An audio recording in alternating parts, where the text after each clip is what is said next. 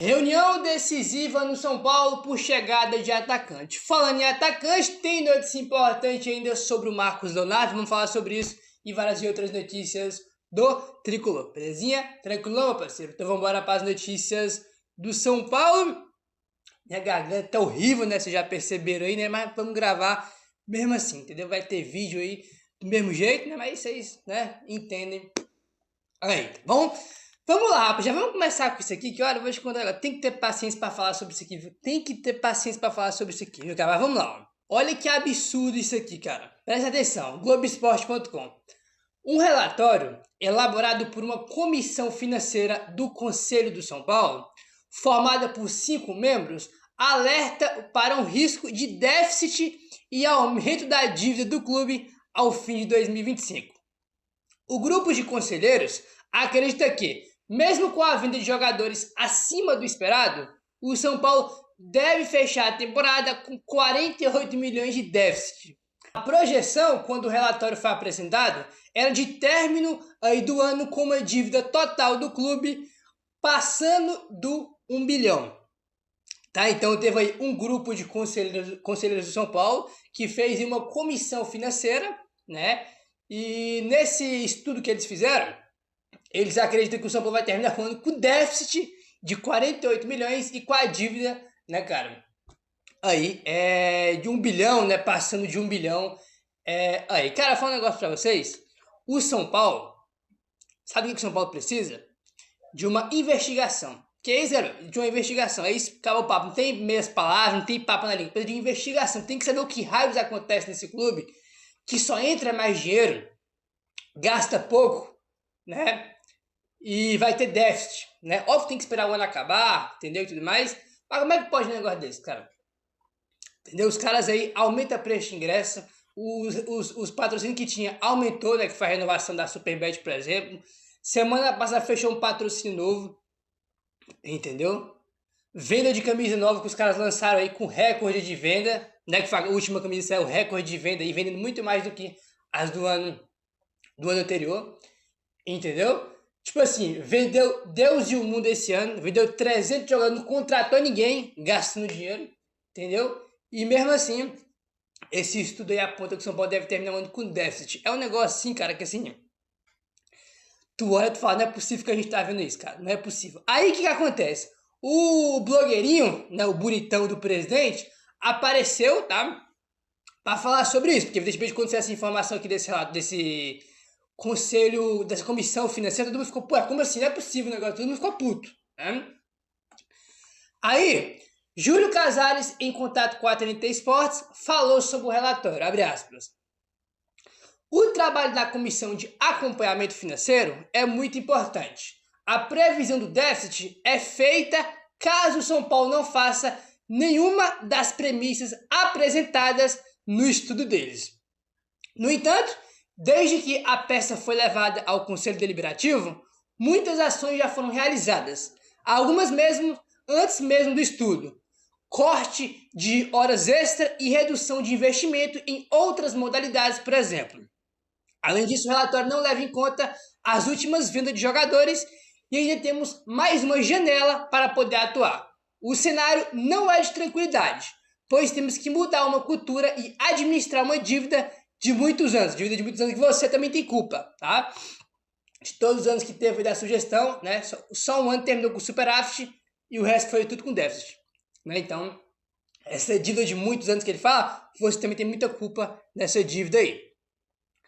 Mas estamos trabalhando firme para podermos aumentar aí as receitas e conseguirmos equilibrar as contas, fecha aspas aí, para o cara de pau, Júlio Casares, o blogueirinho, né, aí, presidente do clube. É uma vergonha isso aqui, cara, uma vergonha, né? Obviamente que a gente tem que esperar o ano acabar, né? No caso, né, o balanço financeiro do São Paulo de 2025, no caso, só sai em 2026, né? Porque o balanço de uma temporada só sai no ano seguinte, né? Então em 2026 só que a gente vai saber o balanço aí do São Paulo de 2025, vamos ter que aguardar, mas tipo assim, é óbvio que quando sai informação dessa aqui, né, de um estudo desse que os conselheiros fizeram, evidentemente tu fica assustado, pô, não é possível, cara, déficit, os caras não contratam ninguém, né, pô, ganha dinheiro de tudo quanto é gente, aumento de patrocínio, vende todo mundo, e mesmo assim vai ter déficit, Como é que pode um negócio desse?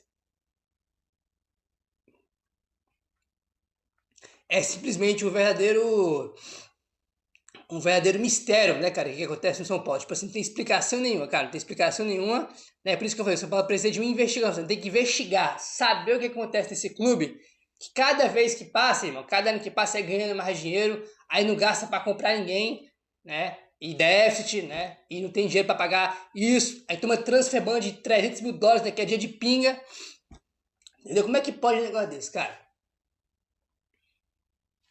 Se isso aqui acontecer, tá? De terminar aí um ano com déficit, né? Depois de vender todo mundo, aumentar as receitas e não comprar ninguém, o correto era ter um impeachment do presidente. Só que a gente sabe bem que isso não vai acontecer, né? Porque para ter impeachment tem que ter uma. Tem que ter acontecido um escândalo, né? E ter a prova do escândalo para assim você impeachar o presidente. Como aconteceu, por exemplo, com Augusto Melo, né? Teve algumas provas lá contra ele, né?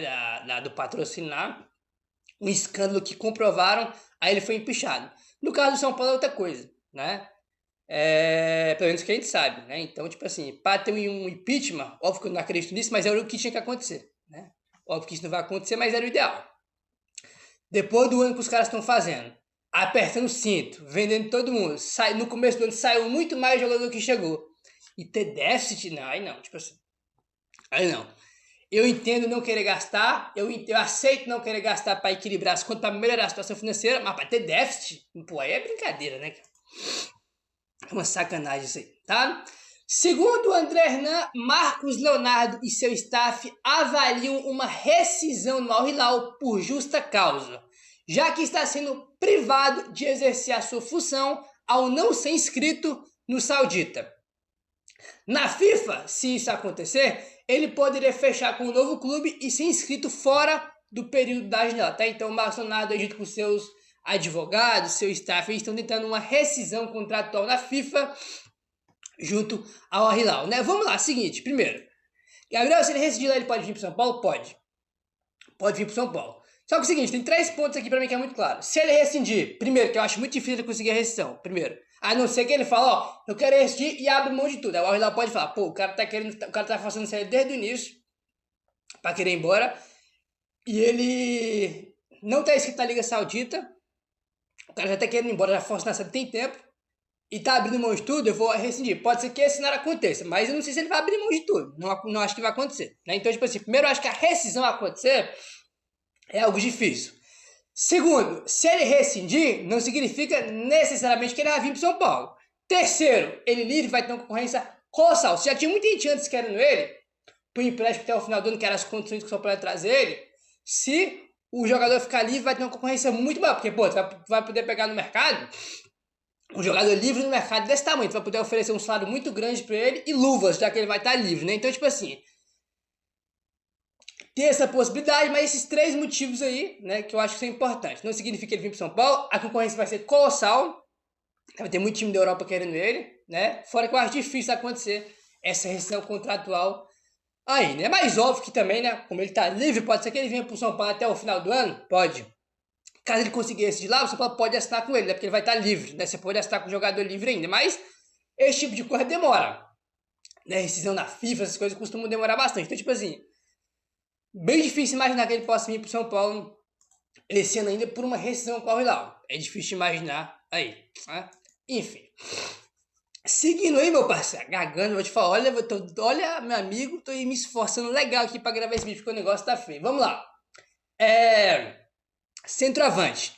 Segundo o Éder Traskini do UOL, a diretoria do São Paulo tem uma reunião agendada com o técnico Hernan Crespo para definir se vai seguir a busca por um centroavante no mercado, tá? Então vai ter uma reunião no São Paulo, já marcou uma reunião a diretoria com o Crespo para saber, né, se eles vão aí continuar no mercado em busca de um centroavante livre, lembrando, né, repetindo, a agenda fechou. Para transferência, os jogadores que estão livres no mercado pode assinar. Então, qualquer jogador que está livre no mercado, você pode contratar, né? Já comentamos aqui também que o São Paulo está avaliando nomes, né? Avaliando alguns jogadores, algumas possibilidades de jogadores livres.